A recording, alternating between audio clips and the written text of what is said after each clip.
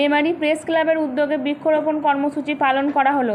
Memari press ক্লাবের পক্ষ থেকে আজ 9ই আগস্ট শুক্রবার মেমারি পৌরসভার অন্তর্গত সুলতানপুর প্রাথমিক বিদ্যালয়ের ব্যবস্থাপনায় মেমারি প্রেস ক্লাবের পক্ষ থেকে বৃক্ষরোপণ কর্মসূচি পালন করা হয়।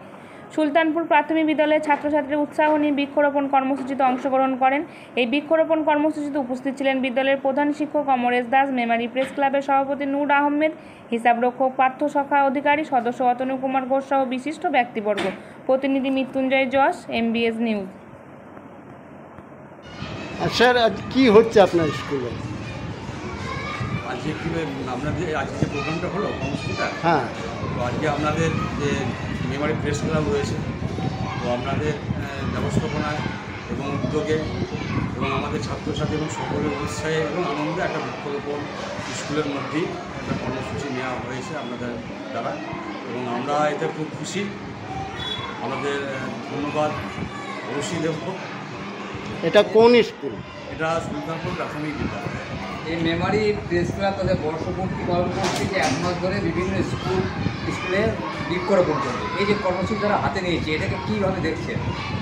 এটা তো ধরুন একটা পরিবেশ বান্ধব একটা উদ্যোগ বা প্রকল্প, এটা তো সাধুবাদ জানাবো, এবং সকল স্তরের মানুষের আপনাদের দ্বারা অনুপ্রাণিত হয়ে তারাও এগিয়ে আসুন, এই বৃক্ষরোপণ যে কর্মসূচি চলছে তাতে সামিল হোক, এই বার্তা আমি দিয়ে রাখবো।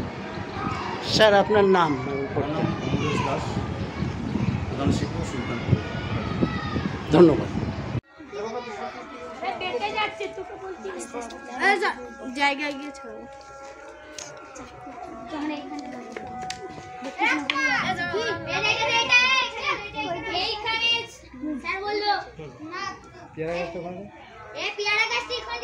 পেয়ারা গাছটা স্যার আস্তে আস্তে